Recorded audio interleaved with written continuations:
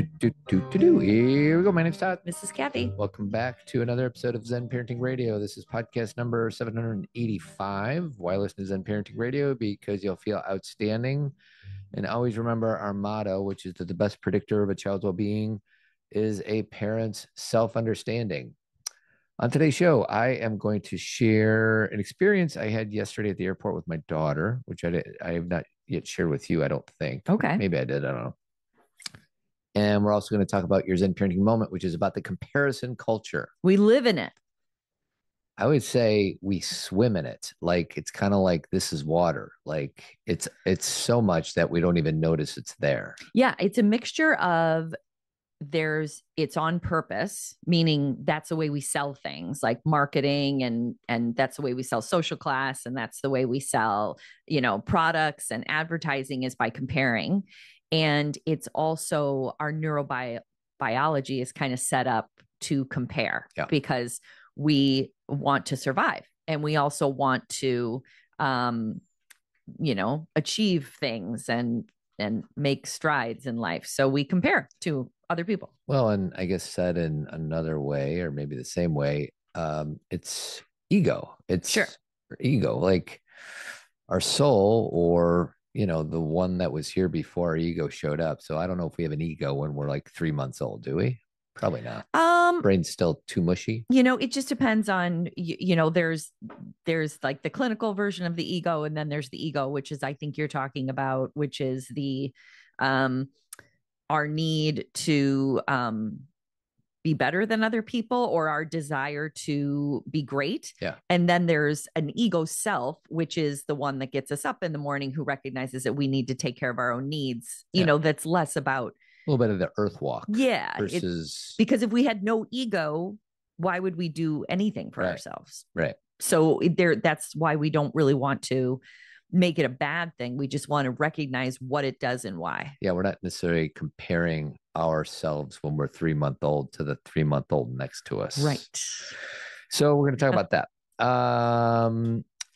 I think I first just want to share. So I'm in charge of the Men Living blog this week. Okay. Which is a love-hate thing, because writing, just not good at it.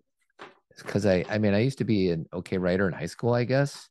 But for the most part, I don't enjoy it. The reason I do it, well, why are you doing it, Todd? One is I appreciate it when I'm done with it. Like, oh, that was good.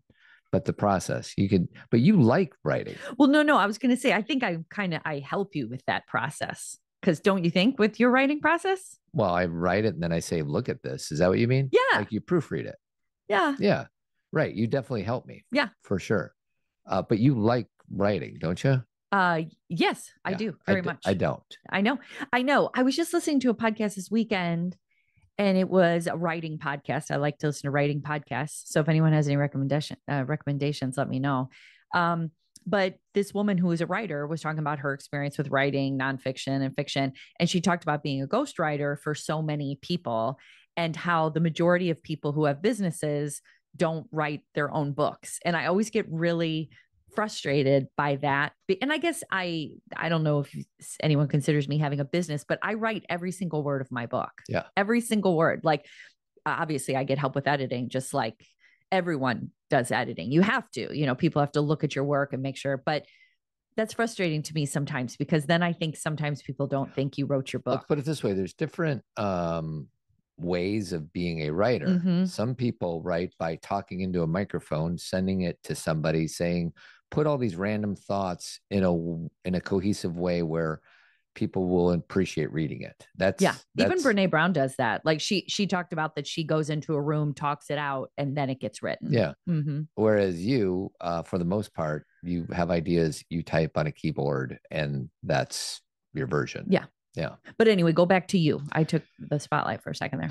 Don't put me on the spot like that. I'm coming home from a trip. I had some work out in Oregon. I met up with some friends. My daughter and I went out there. We went to the Oregon. Who did they play? They played Michigan State. And her best friend from high school and grade school goes to school there. Had a wonderful weekend. Flying home at the Portland airport yesterday, and JC and I sit down. Did I tell you the story? I don't think so. JC and I sit down, and there is a dude next to me, a white man, who is obviously upset with something that happened to do with his food or his service or something like that. Mm-hmm. And, JC, who is always locked in on everything that's going on around her, Mm-hmm. she's locked in a way that even I'm not. But there's even other patrons, like just looking at this incident. Now, the guy never yelled. But I ended up writing about this for this week's blog. Okay. And it's not yet complete. So I'm actually using this podcast as Processing. as a processing vehicle from you, or just from myself, kind of saying it out loud. So he was mad, something about dairy. Like, we didn't know it was dairy or So you whatever. guys were already on the plane. You weren't in the airport. No, we're at the breakfast. We're at breakfast before. You're at breakfast. At the airport. And like, it's one thing to complain, like, hey, this isn't what I ordered. Would you mind taking it back? There's so many different ways of doing it. Mm-hmm.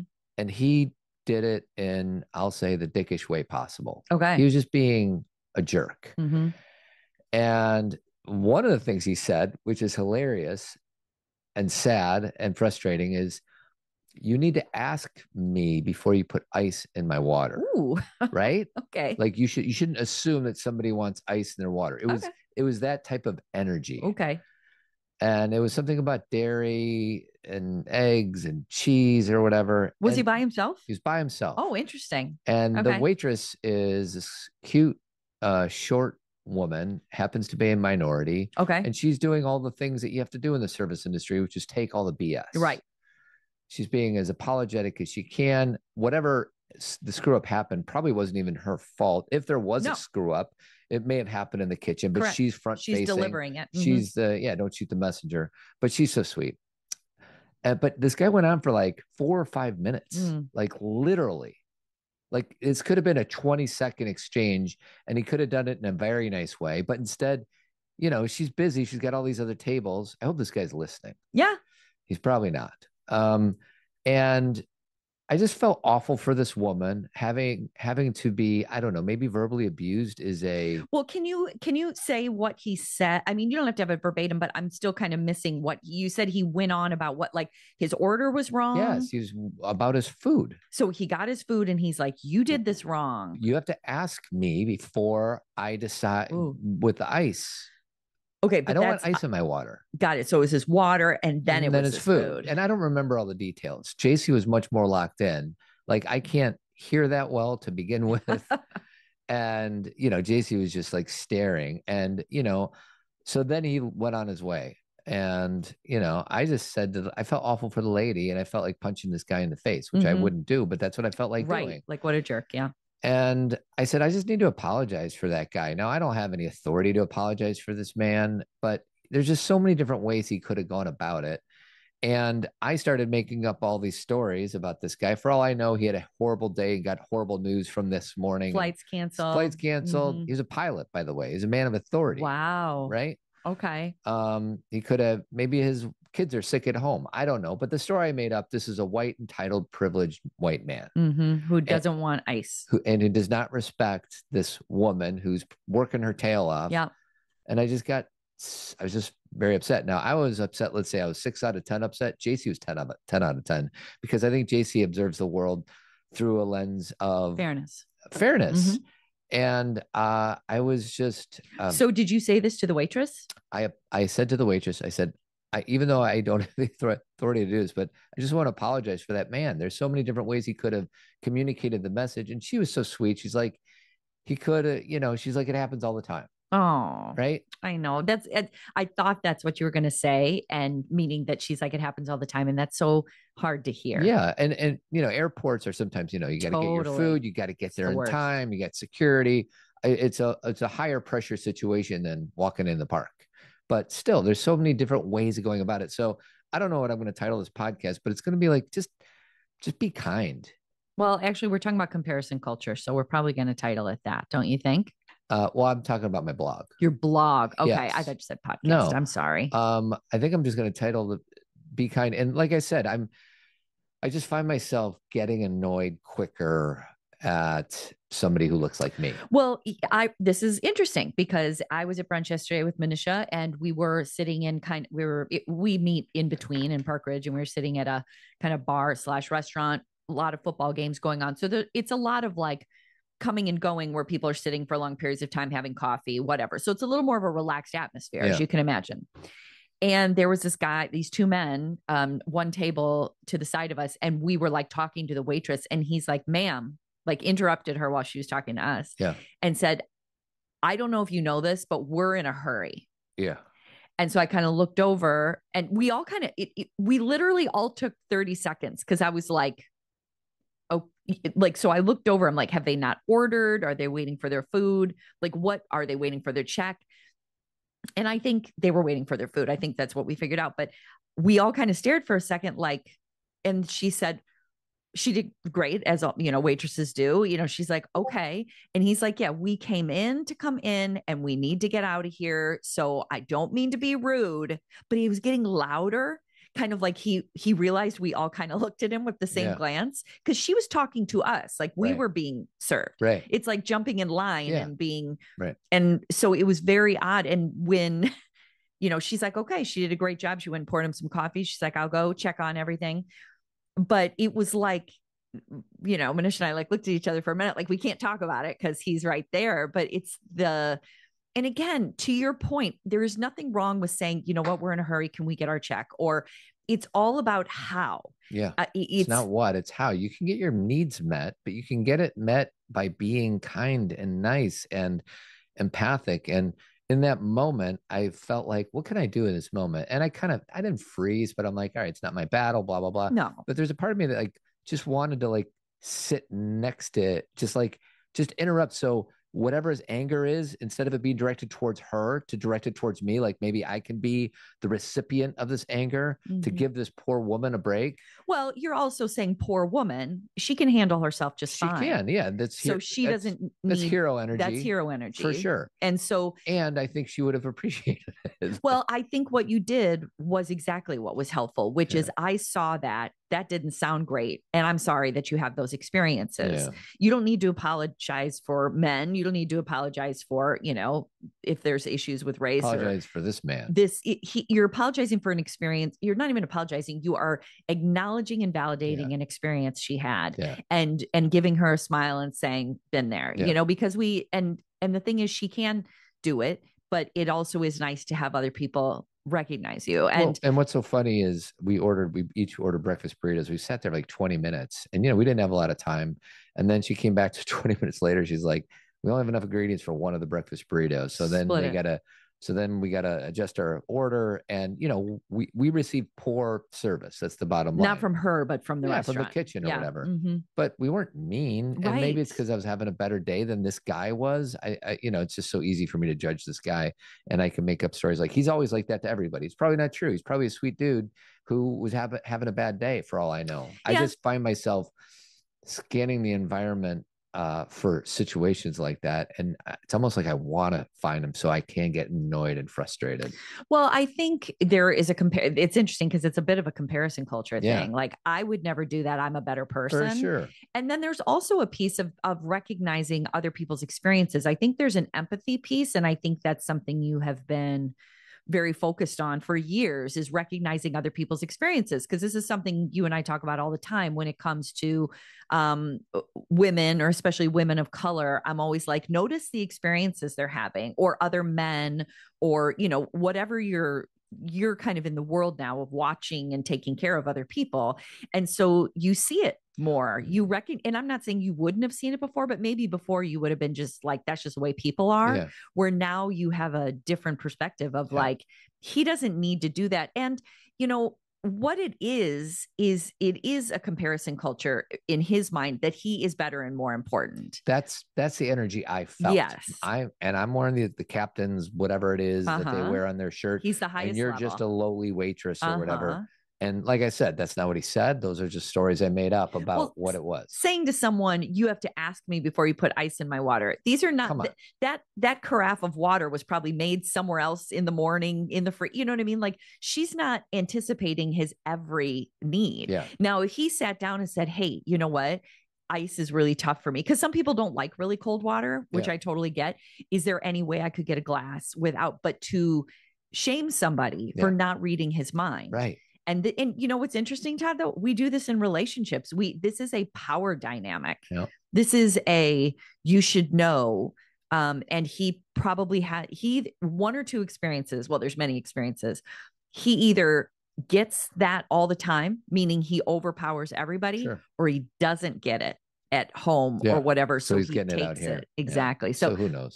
That would be an interesting process for your blog too. Have you already written it? Yeah, but it was just a quick draft I wrote on the plane. Okay. Yeah. Yeah.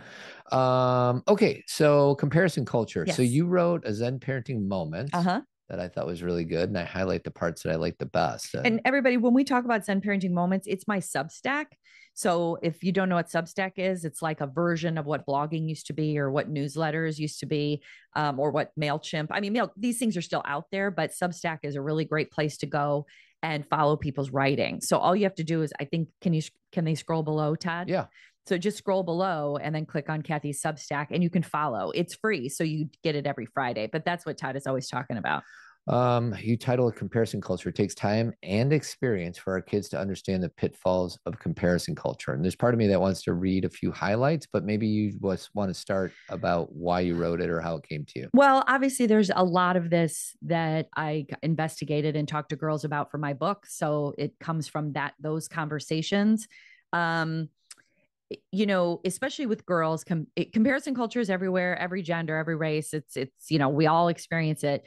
But with girls, because of the standards that girls are expected to meet when it comes to fashion and beauty and diet culture, there's a little more of a targeting of women and girls, I believe. And I think the conversations about comparison culture and the normalcy of it, just like what you and I talked about at the beginning about how we're neurobiologically, you know, we compare and see what everybody else has and figure out if we're in the norm. And then there's that belief right there of, are we normal? Are we like everybody else? And would I be loved more if I had other things? And looking out at other people and being like, if I had what they had, I'd be happier, which is, I think, a big part of it. None of these things are absolutely true. That's just what our brain is doing. Yeah. And what I talk about is, we think we'll talk to our girls once about this and they'll get it. Like, oh my gosh, can you believe my daughter still compares? I'm like, of course I can, because you do too.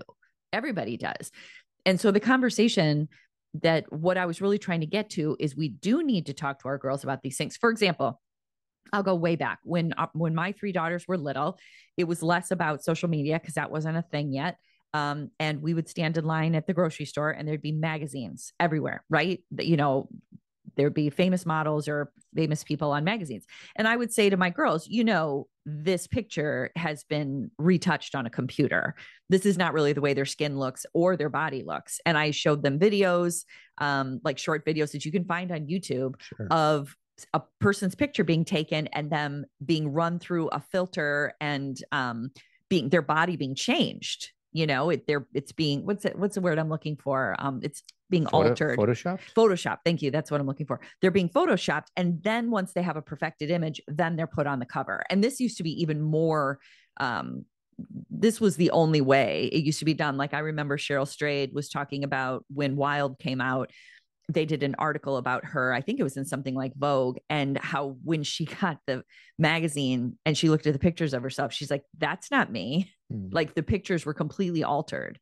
So this used to be a little more of the norm, where now there's a little more, you know, connection to, let's have some real pictures and some natural. But even when I say that, if you guys go on Reels or on TikTok, people will post a TikTok where they're just talking and it will say below it what filter they're using.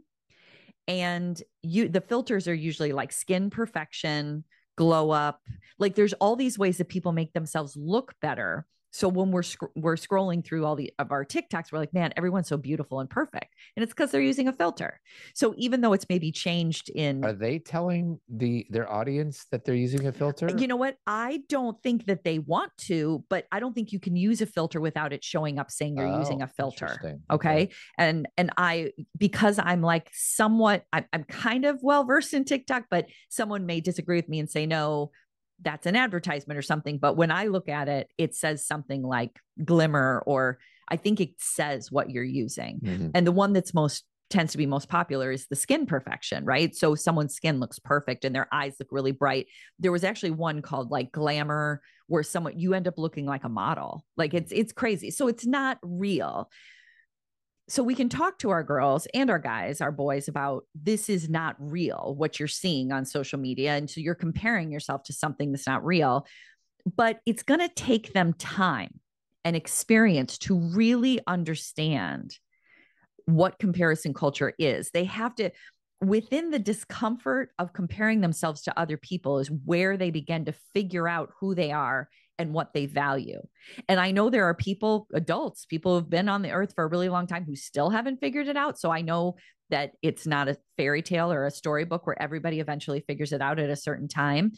But I think if we talk to our girls about it enough, when I say talk to, meaning tell them everyone's using filters, or talk about what makes you think that, or tell me about those shoes, or why you think they would make you feel better. Or when you're doing a get ready with me, what's the intention? Are you trying to show off what you have? Are you trying to keep up? Like, and you're not doing it in a judgmental tone, but it's having conversations about it. So then they can develop a more intrinsic perspective on why and when they compare.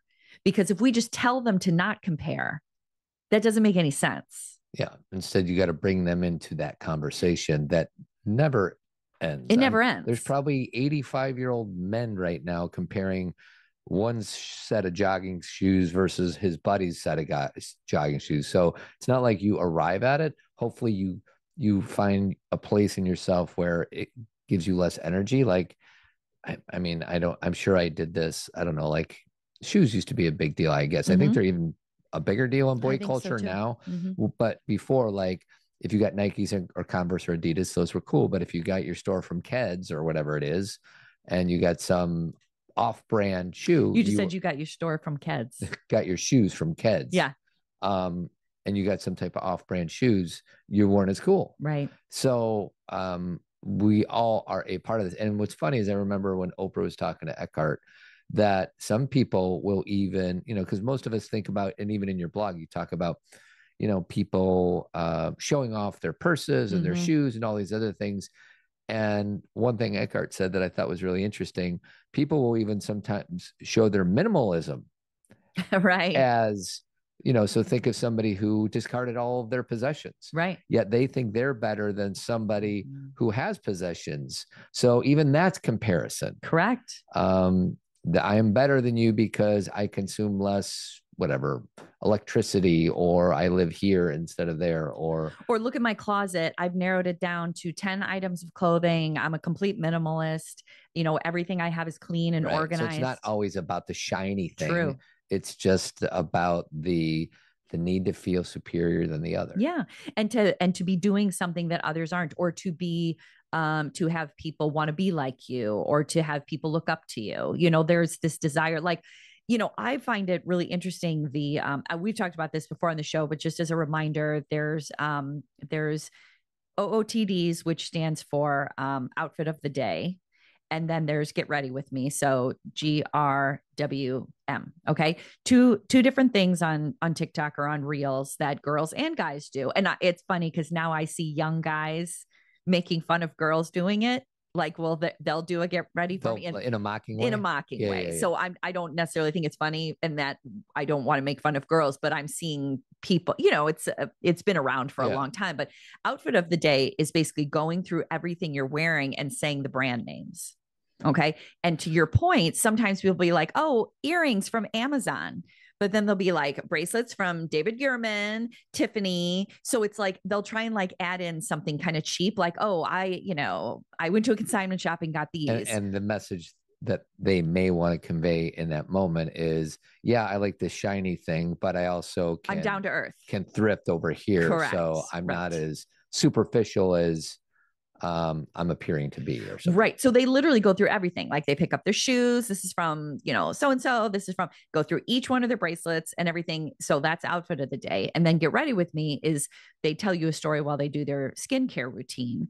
But the skincare routine is its own thing, right? Because that's also, a comparison culture thing where how many serums are you using? What are you using on your eyes? What's your brands that you're using? What are the things you say you can't live without? So both OOTD and GRWMs are ways of showing off your stuff. So I'll just own the fact that the way I show off my stuff is by telling whomever, I meet somebody at a restaurant or a Starbucks, and I will compare myself to that teenage girl, be like, I don't need any of that. Like, I'm comparing myself to her. So it's so slippery in that, like, here I am judging them for doing that thing.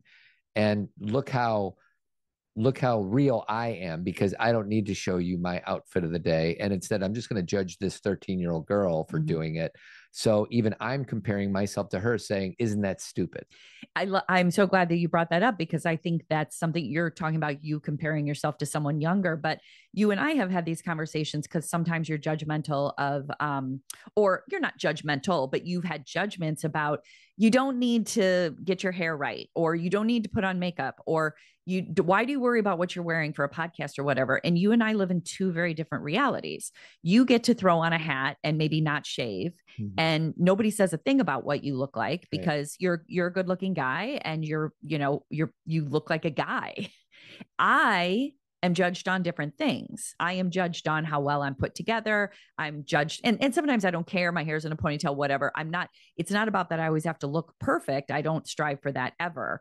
But what frustrates me is less about how I look and more about making sure you understand that you're comparing apples to oranges. Yeah. You are showing up and being like, look how low key I am, but it's not fair because I don't have that luxury. And I choose it sometimes, and I just deal with whatever the fallout is. Yeah. If people are like, you don't look nice. I'm like, I know, I didn't get ready, but it's not, we just don't live in the same world. So as we're talking about comparing, just comparison culture and stuff makes us happy, right? Stuff. Yeah.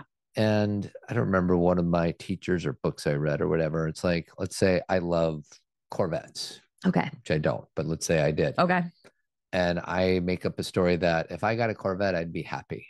Okay. And two things. One is, if I bought a Corvette and I love Corvettes, it would make me happy for a short while, but I think it would fade and dissipate over time. Like a brand new toy is fun and exciting, and then all of a sudden it wears off. Right. But underneath it is like, what do I want to achieve by buying a Corvette?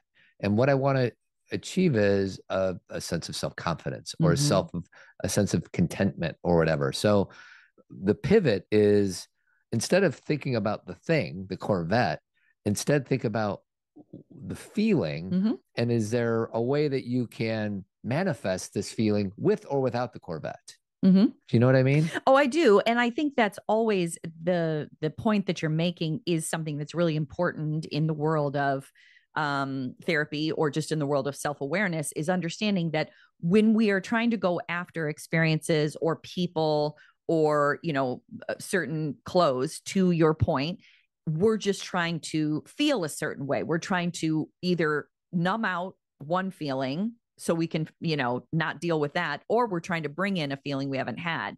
And, I would say the only thing I would say about what you just said is that it's often less about having the Corvette and more about thinking about wanting the Corvette. And that we're like, oh my gosh, when I get that Corvette, it's going to feel so good and so amazing. And I can't wait. And I'm getting it in 2 months, and then I'm going to pick it up. And people always have a story for things like this. I found this guy. Yeah. They're going to meet me halfway. It's this great deal. No one else has this car. And then it's about the process of doing it. And then once you get the Corvette, it doesn't feel quite as fun. Yeah. It's like, how many, True Hollywood Stories or Behind the Musics have we all seen? And for those of you who are younger than us, it's something that used to be on VH1 and on the E Entertainment Channel. And they were stories about bands. What does every band say? It was not when we became famous. Yeah, it was the process. More fun when we were struggling. Right. So it's the process, it's the journey. And that's why we keep trying to buy things and get things. I'm seeing that with women, my age, who are now putting a lot of things in their faces, or, changing a lot of parts of their body, because they're like, I want to feel a certain way. I want to look a certain way. And I get it. Like, women get to do whatever they want. Like, this is not a judgment of don't do that. My conversation about it is it often never feels like enough. Mhm. They keep going. They Mhm. keep doing something else. This made me feel this way, but not enough. So I'm Yeah, going to keep it's a doing slippery it. slope. It's kind of like, just to take it off of like facial surgery or body surgeries, tattoos. What I've heard from people, I'm not a tattoo guy. I don't have any. You don't have any. Mm-mm. We have a bunch of family members who do.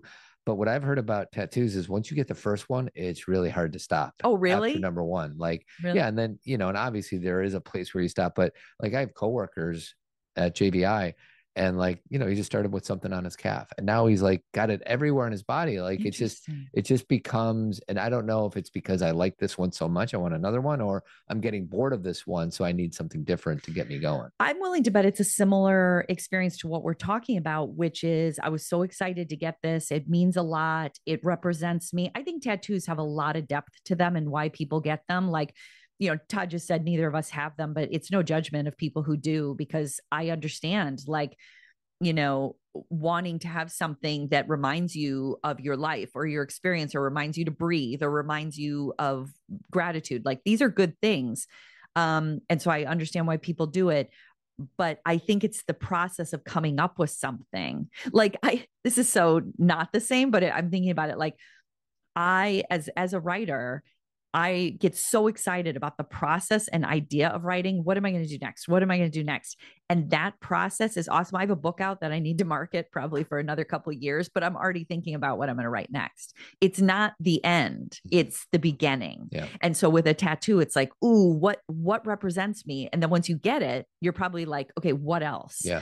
And the thing is again, it's not about do this or don't do it. It's about, are you aware of why you're doing it? And that's all people need to be, as long as you're aware. Yeah. And so let's go back to what I wrote about with talking to our daughters, and we'll just talk, it's our sons too, because boys are comparing their bodies and everything just as well. Their hair, does my hair look like this guy? Do I have the necklace this guy has? Whatever. Is that we talk to them about it, but it will be a process of them learning their own value. Is they're going to kind of throughout their lives play a game of, am I enough? I don't feel like enough. Now I'm enough. And then they're going to go through that cycle over and over again, and normalizing that for them, rather than saying, don't compare, or you don't appreciate, don't you appreciate what you have? We can appreciate what we have and still want more. Like, I used to have, Todd, I think you can attest to this. When I like something and I feel like it's something I enjoy, I don't just want to do it. I want to teach it. I want to learn it. I want to be the best at it. I think I'm better now than I was a decade ago. But, you and I would watch someone speak and we'd be like, it's not about being better than that person. We're not going to call them and saying we're better than you, but we get really influenced by our envy of somebody else doing something we think we could do. Yeah. Right. Or when I was becoming a yoga teacher and I'd go to someone's yoga class and I'd be like, I wouldn't do that. I would do it this way. And I want to, or the envy or comparison of they're really good at this and I'm not as good. And so we all have this need to optimize, to become better, to be influenced. And envy and comparing is not always a negative. Sometimes it propels us forward into what we want. But if it becomes all we do, then that's when it starts to overtake our lives. Small pivot back to the artificial nature of things. Yes. There's one exception in your life I want to point out. Okay. You always wanted a Jeep. Yeah. We bought a nice used Jeep. Yeah. 4 or 5 years ago, whatever. Yeah. That thing still brings you as much happiness as I think it did on day one. So my question to you is, because that's bucking the system a little bit, because most stuff fades. Yeah. What is it about the Jeep that makes you so happy? Because I get the same thing every time I drive in it. I'm in the open air. One of the things about the Jeep, because like you said, we got it used and everything, but one of the things I had to have was a really good stereo. Mm-hmm. It's a place I can listen to music really loud. To your point, it's something I've wanted since I was a kid. Like, I wanted a convertible since the time I was in 8th grade, and I've never had one. I've driven them before or rented them, but now this is something, I got it when I was 50. When did I get the Jeep? 51. I love it, but So I what is don't it? love having a Jeep because I want people to see me in it. No. It's not about how I look. It's about how I feel in it. So do you Which see is how we're what? getting to the feeling? Right. So what is the feeling? Free. Freedom. And I feel like me. Like that's something that sometimes clothes and haircuts and everything can do is it's not about I want to be like other people. I want to be like me. Like when I've done like wise woman past life regressions, which we've all done. Okay. Well, I've done a lot of like past life stuff. I've done a lot of like wise woman vision boards. I've done a lot of meditation around my own self-awareness and everything. And I'm always in an open car. Like I took Skylar to school this morning. It was 48 degrees and the roof is off. Yeah. Like that's just how I like to be. Plus it's got a sweet heating system in it. Right. And that's the thing is like, that's what I mean. It's such a like, it's a base. I mean, it's got the nice screen, so I have GPS and stuff, but it's super basic. It's not like there's anything. It's not about the bells and whistles. It's about I'm outside and I feel like me, period. Outside in your car. All right. So I want to pivot one more time. Okay. Towards the end of your blog. Okay. You say it often takes difficult experiences for our kids to discover their sense of self. Mm-hmm. If we try to eliminate their discomfort by buying them everything they think they need to fit in, or by constantly taking them out, talking them out of their negative feelings, they miss the opportunity to develop a new, more intrinsic perspective. Yes, I just wrote that. And I know it's true, but I don't always feel this way. There's nothing I want more than to take away my girls' pain as quickly as possible. Watching them struggle, especially when they doubt their worth or feel unloved, is one of the most difficult challenges of parenting. Yeah.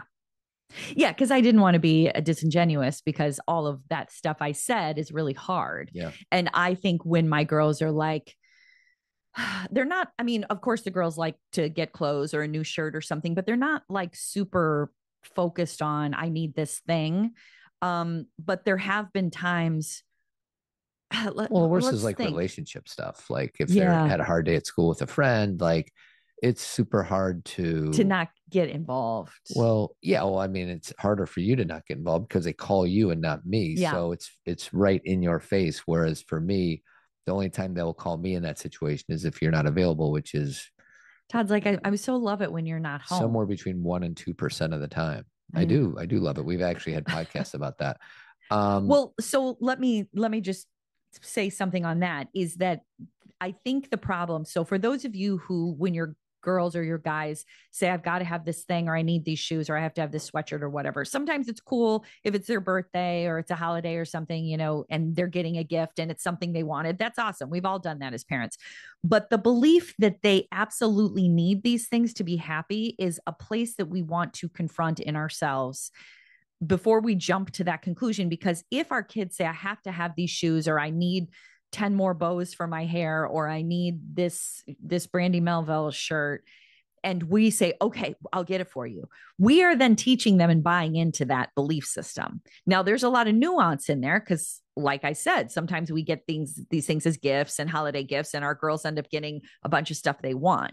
But the belief that everything that they ask for is what they need, and that we accommodate that need, we are then teaching them through our behavior that they're right, that these things are necessary for them to be worthy. So we want to buck that system a little bit occasionally. Like one thing that I really appreciated that Todd told the girls, because, again, I don't know, the girls like to shop, but they're not big shoppers. Like sometimes when I talk to moms or other daughters about their shopping together, I'm like, that's not really what we do that much. And maybe it's because, and this is what I was getting to, Todd told the girls when they were young, if you go to a consignment store, or more something like Salvation Army, it's more like a thrift store. Goodwill, Salvation Army. You can get whatever you want, I'll pay for it. I'll buy anything. So I'll buy anything from Salvation Army or Goodwill. So shirts are like $2, pants are like, so Todd's like, I'll pay for that. So the girls do that and come home with a things that I think the person who enjoys that the most is JC.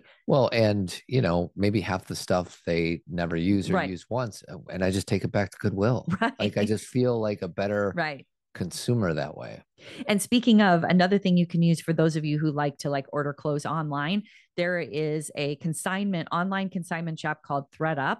that I've used for years. And you can, like, they have everything. And again, it's not as easy as going to a Nordstrom website. It's not laid out well because it's a consignment, Online consignment shop. But it's very nice to get, spend $100 and get 10 items in your box that are nice. But anyway, we digress. But I think so what are you teaching with that? You're saying, if you really need something, here's a place you can go. It's better for the earth. It's less focused on keeping up with trends. I mean, what's that store that has this really good stuff that, the yoga Lululemon. Really, I think it's really high quality stuff. But a pair of pants there is like $100 for real. Mm-hmm. Like, really? And I know I'm such an old, like, grumpy old man here, but they can get 6 pairs of pants, 10 pairs of pants for the same amount. But they're not Lululemon pants. No, they're not. But what's funny is you will sometimes find the gold in the consignment shop too. Yeah, if you're a good thrifter, you can be like, oh my gosh, I can't believe someone got rid of this. And I feel that way. I just cleaned out my closet and there were a few things with tags on it, which makes me sick to my stomach because it's like, oh, like, it's very hard to give these things up. But if you don't wear it, it makes sense. And that's the thing, everybody. Like, let's have nuance in here. I think the whole conversation we're having about comparison culture is, let's not be too over judgmental. Let's use our judgment and our thoughtfulness and our envy and our desire to compare all in this like gray area. Let's make it nuanced and let's discern a little bit, because if you have Lululemon, that's fine. I have a pair of Lululemon pants. I've one. And if you have like a really nice expensive dress, or there's really nice earrings that you wear, it's cool. It can be enjoyable to have some things that you really love and that are nice. But do you believe that those things make you who you are? That's the messaging that we want to relay to our girls, is they may have things that they really adore and they love to wear. And that's lovely. That's enjoyment of being a human being, right? Again, like you were talking about my Jeep, like I love that, right? It's something that I aspired to and I really wanted to have. But there's also like and again, we would never be able to do this financially, but then do I go out and get 10 Jeeps? Mm-hmm. Or does that defeat the whole purpose of why I'm getting it? Right. You know what I mean? Yeah. And then also, I think the bigger message in the blog or the Substack that I wrote was the belief system. Really what's underneath everything when I talk to girls is the belief system that the person who has the Golden Goose shoes and the Lululemon pants and the David Yurman bracelets is a happier person. Mm-hmm. And that's where I have to talk to girls about. That's a misconception, because I have met with many of those girls. I was actually just telling some of my friends when I used to work at Lurie Children's Hospital in the psychiatric program, the majority of kids that I saw were either kids that were very, very wealthy from very wealthy communities, or there was also an extreme of a lot of foster children who were in and out of the system, or who came from neighborhoods that were underdeveloped and, disenfranchised. And there wasn't a lot of in between. And so a lot of the kids that were coming into our program who were really struggling, I don't think a lot of kids in their school would know that. Mm-hmm. They would think, oh, well, they have all this money, they have all these things. Yeah. And this is, it's just things I'm going to go back to what Todd brought up before. It's the feelings that we have that make us feel good, not the stuff. Yeah. And so sometimes the stuff is a vehicle to the feelings. Correct. So let's just skip the stuff and go to the feelings, which is so easy for me to say. And, talking about comparison, like here, I find myself comparing myself to the jerk at the airport yesterday. Right. Right. And if I'm really doing my work, which is, can I be open-minded and empathic and curious about everything? Two things. One is the guy may have had a really crappy day. We already talked about that. How is it that I can sometimes be a jerk? Because I could be a jerk, sure, but it's just so much easier for me to point out that this guy's a jerk. So it's just the idea of whenever we compare anybody or anything, there is an opportunity to learn. And that's when I'm in a really conscious place. Most of the time, like, screw learning. I just want to judge this guy. But if I really want to take a step back, and as I'm thinking about how I want to, assemble this blog, I think some of it's going to be like, from this really kind of closed-minded place, this guy is just a complete jerk. And then from this other place, like, there's an opportunity for me even to learn about myself in how I reacted to it. So great. And that is exactly it. Like, my deep thoughts, like yesterday when I was at brunch and that man wasn't very nice to the waitress in the story you're telling me, my deep thoughts become, where did that person learn that? Yeah. Where did they learn that was okay? And what are they trying to do in this moment? Are they trying to discharge their negative feelings and project it onto other people? Are they feeling less than? Are they trying to demonstrate power? I get very deep into where are they right now? But it's somewhere along the line, they were taught, shown, someone role modeled that this is behavior that's okay. Yeah, it's tolerable. Exactly. And because it was interesting that you said your guy was by himself. Now he's in his pilot's outfit. So again, there is a power thing there. But like the two men who were sitting next to me, I was thinking to myself, that man is probably trying to not show off, but demonstrate to the other man that he is going to speak up and have power. Like there's always, and we'll never really know for sure. Yeah. I just think about these things all the time. I can't watch things like, for example, anybody watching the Menendez show, the Lyle and Eric Menendez, Ryan Murphy show about their experiences? I know you are. And I've been watching it for this show. I think it's called Monsters, which is right away. We're just deciding how we feel about them, aren't we? Yeah, we're going to make these two kids less than human. Right. But I have been, because this happened in the 90s, right before the OJ trial, this whole thing of they killed their parents. And I've been kind of watching this unwind for decades. They're listening to their experiences, all that kind of thing. And so this movie, this fictionalized version, based on true events, as they say, has been really interesting for me because it gives all this new perspective of why they did what they did. But you know what came out today? Well, it's actually, this podcast comes out October 8th, but October 7th is another Lyle and Eric Menendez documentary on Netflix. That's what we need. We need more. I know, but what I will say is I watch all this stuff, as I've shared before. I love shows about true crime and cults and stuff, but I watch it because what's going on? Why? Where did they learn this? Why? What was going on in the family? It's not to make my desire to see it seem better than other people's, because it's just TV and I just like watching it. But there is it's interesting, right? Why do people do what they do, Todd? Right? Why do human beings do what they do?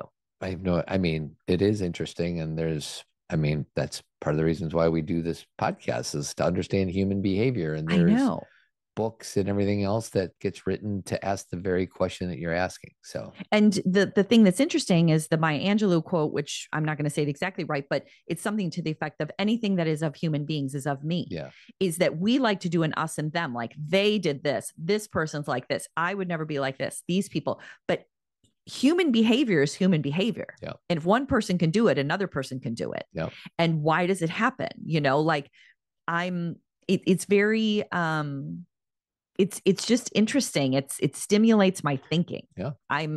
Everybody's been telling me to watch this cute rom-com on Netflix, which I heard about on Dax's show because it's Kristen Bell and Adam Brody. I think it's called Nobody Wants This. And Todd was gone for like 4 days and I could have just binged this whole show. But I would rather watch these like crime things. It hits a part of your brain that needs attention. Yes. I don't know. It's a feeling. Yeah. But I also like one thing. Sorry, I know you're probably trying to close up shop here, but when I'm listening to podcasts, I think it's interesting because like I'll start the morning listening to like psychology type podcasts, like if it's about human behavior or narcissism, or it's more like for therapists, right? Or for people who are interested in, cognition and how people think. And I'm listening to those. And then I'll listen to a whole true crime podcast after that. And then I'll listen to a entertainment podcast. And they're all so different, but there's a thread, which is human behavior, right? Yeah.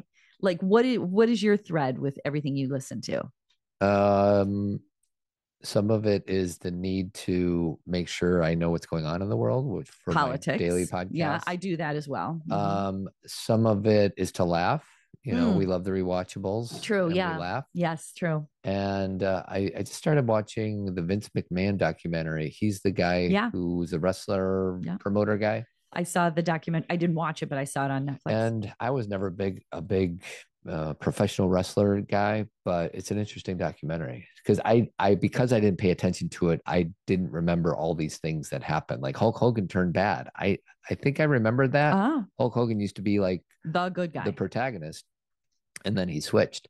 And I'm like, I don't remember that, but that's pretty cool. Like, so I'm getting like 25, 30 years of professional wrestling compressed into 5 or 6. What do you think professional wrestling does for, I know that there's women who watch it, but it's primarily men and boys. What does professional wrestling give to men and boys? What is the comparison culture there? I don't know what the comparison culture is, but obviously there's some violence, which is interesting. Really interesting good guy, bad guy storylines, kind of like villain, cops and the robbers type of thing. So hero and villain. Entertainment, lots of entertainment, grandiosity. Yeah. These guys are all like buff and everything. Okay. So body image. Yeah, because that's interesting. Like why people like what they like. I don't know. I mean, I grew up in the time of wrestling. Just like you, I know nothing about wrestling. Well, and I'm only halfway through it, but Vince McMahon basically bullied his way through in the beginning. His dad used to do it, and he kind of bullied his way through in a way where he was the guy. Okay. His WWF, I think it was called, was the guy. And then a guy by the name of Ted Turner decided to start competing against him and really just made Vince McMahon's company.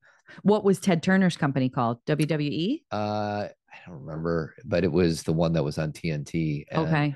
And because Ted Turner had all this money behind him, he started paying all these wrestlers to come over to his side. Oh, it's a little like that golf thing. Yeah. It's kind of like the live tour. Different, but yeah. So it's just interesting. So I know.